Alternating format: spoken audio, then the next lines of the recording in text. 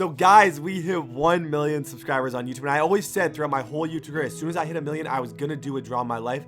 So ladies and gentlemen, let me take you through my life. Like the video, because this took me like 17 million hours. Love you guys. So I was born in Western Canada in the province of Alberta, and I was a huge baby. I was like 11 pounds at birth. Now, I don't know anything from when I was a baby, but preschool, I was kind of different, okay? I always missed my mom. I was a very shy kid. I didn't like playing with other kids because they like playing with toys, and I didn't like playing with toys. I thought toys were boring and stupid. I just like sports. So throughout elementary school, I found my identity through playing sports. I played hockey in the winter and baseball in the summer. It wasn't until grade 3 when my dad and me went to Walmart and picked up Madden 04. I didn't even know what Madden was. We go home, we pick up the controllers. I scroll through the Play Now list, and I see the dark blue and the light blue of the Tennessee Titans. I'm like, those are cool uniforms. I like them.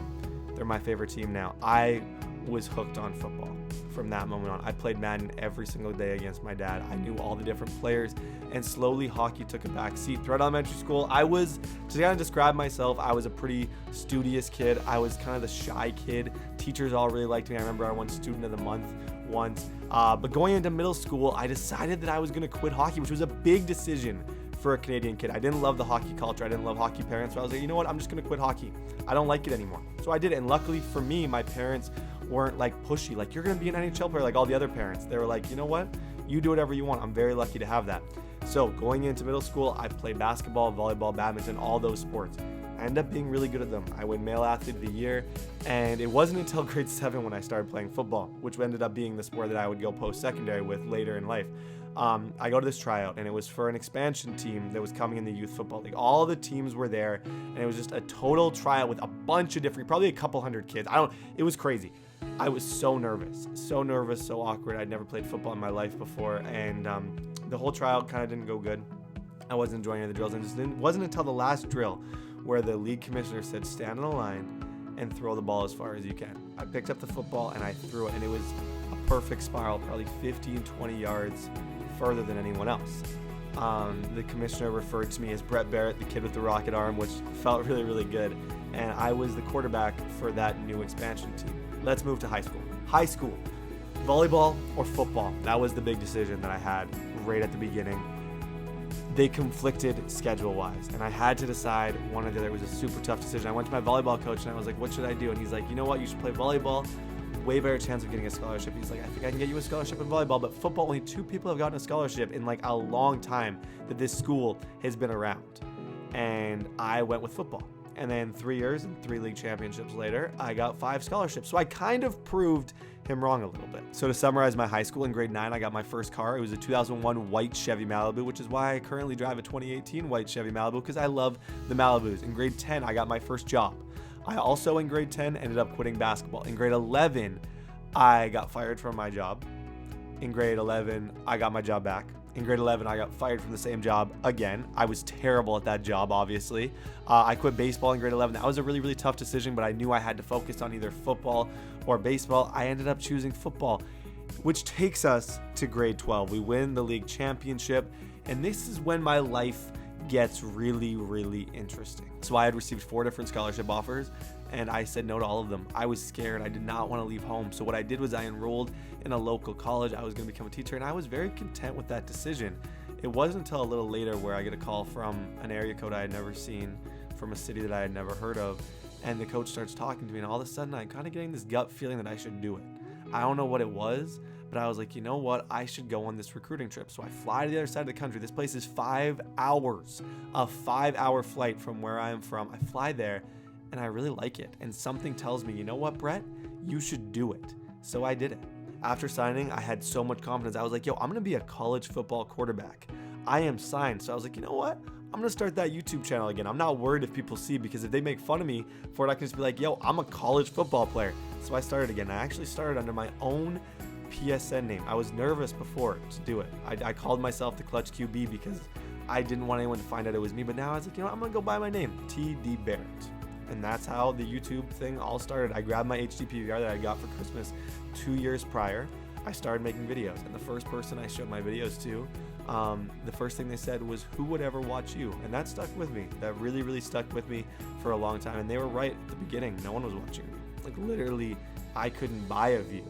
Even if I tried, no one was watching my videos, and it got really demoralizing. And about a month in, which I know a lot of you guys who do YouTube go through, I wanted to quit, and I was the same. I was gonna quit. And then this sports gaming website hit me up and they're like, yo, you should write articles for us and make videos. And I was like, okay, cool. So I start writing articles for them, start making videos for them, and things start going really, really well. I go from like 100 subs to like 5,000. And then the gaming website gets invited to E3.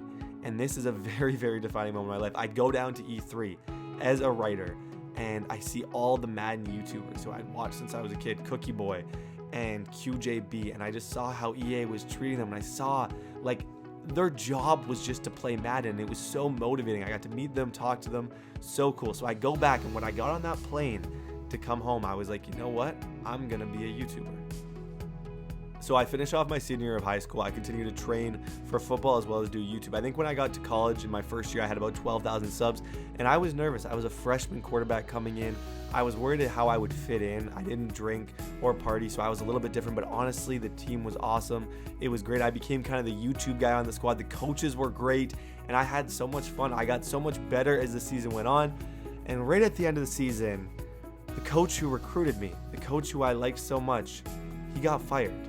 In college football, when a new coach comes in, he comes in with his own ideas and he wants to build his own team, and this was no different. A lot of guys that I knew lost their scholarships. It was a really, really rough time, and this guy was bringing with him a 23-year-old quarterback from the States, and I knew that he was going to be the guy no matter what. I knew there was nothing I could do in my second year to beat him, so I was like, you know what, I'm going to switch to wide receiver.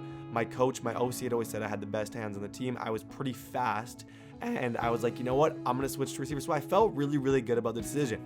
At this time also, it's about the middle of my first year, I have love at first sight. I'm sitting in a quantitative methods class, and I see this girl, and I was like, that is the most beautiful girl I've ever seen. She was wearing sweatpants, she had glasses on, and I told my friend who was also on the football team, I was like, I'm going to marry that girl.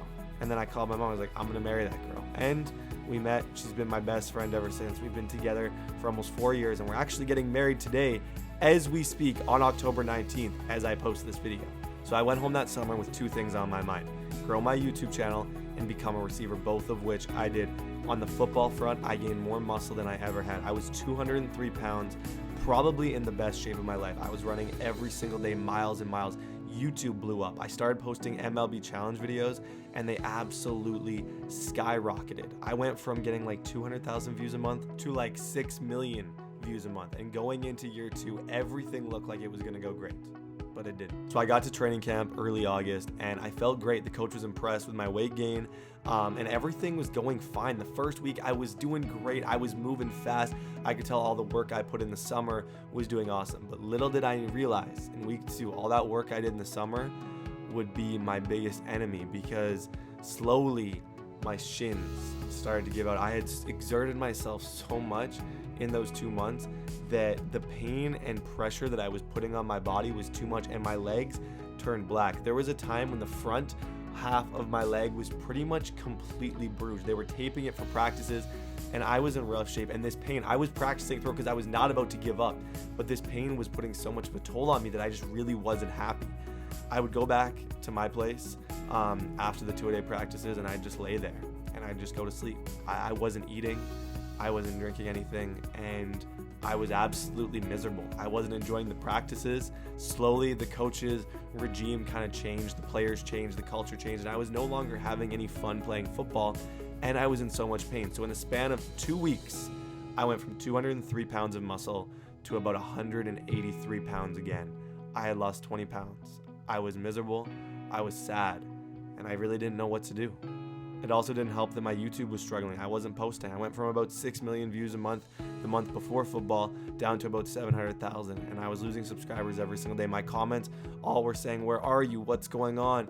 And I was so overwhelmed with my entire situation. I really didn't know what to do. But finally, a moment happened on the football field that gave me clarity. It was in a DB wide receiver one-on-one drill, and I was matched up with a guy from Quebec who I had faced 2 practices earlier, and I had burnt him on an inside route, and the coach had lost it on him. So today he was obviously upset with me. I come off the line, he grabs me by the shoulder pads, and he throws me to the ground. I get up, it was an obvious penalty, and I just walk back. My offensive coordinator gets into my face, literally as close as anyone's ever into my face, yelling at me, saying craziest things I have ever heard, being so incredibly mean over the smallest thing. And he tells me to just go run. for the rest of practice because I didn't get up and fight back. So I start running. And the first lap, I was struggling. I was miserable. Like I was kind of just sad. I was emotionless. I would say it's the closest I've ever been to just being just like, I was just there. And I didn't really know what to feel. And on that second lap, I had a moment of clarity where I was like, you know what? I don't want to do this anymore. And that's okay. It's okay to quit. It's okay if I'm not having fun to quit. I'm not going to disappoint anybody. I'm not disappointing myself. If I don't want to do this, I'm not going to do it anymore. So I quit. But I said to myself on that run, I'm going to make YouTube work no matter what. And by like lap 4 or 5, I was actually in tears. And I think one guy approached me on the team. I think he thought I was crying because I had in trouble. But I was crying because I had finally figured out what I wanted to do with my life. The next day, I quit football. And the rest is history. I posted 3 videos a day that entire year to get my channel back to where it was. And eventually the views started coming in. Everything started going well. I did YouTube through my 2nd, 3rd, 4th years. In my 4th year, I graduated with my business degree. I proposed to my fiance, and now, today, I am getting married. I have 1,030,000 subscribers. YouTube, everything went as I kind of had to plan. I worked hard every single day. There was ups and downs, and it was never easy, but it kind of paid off thanks to you guys. The reason I am uploading this on my wedding day is because I feel like this is kind of the end of chapter 1 of my life. It was high school, university, YouTube, and I have no idea where my life's going to take me from now on. There's a lot of things that I want to do, but no matter what I do, I'm not going to be afraid to take risks. I'm not going to be afraid to do something a little bit different, because if there's one thing you guys can learn from my life story is just go out and do it.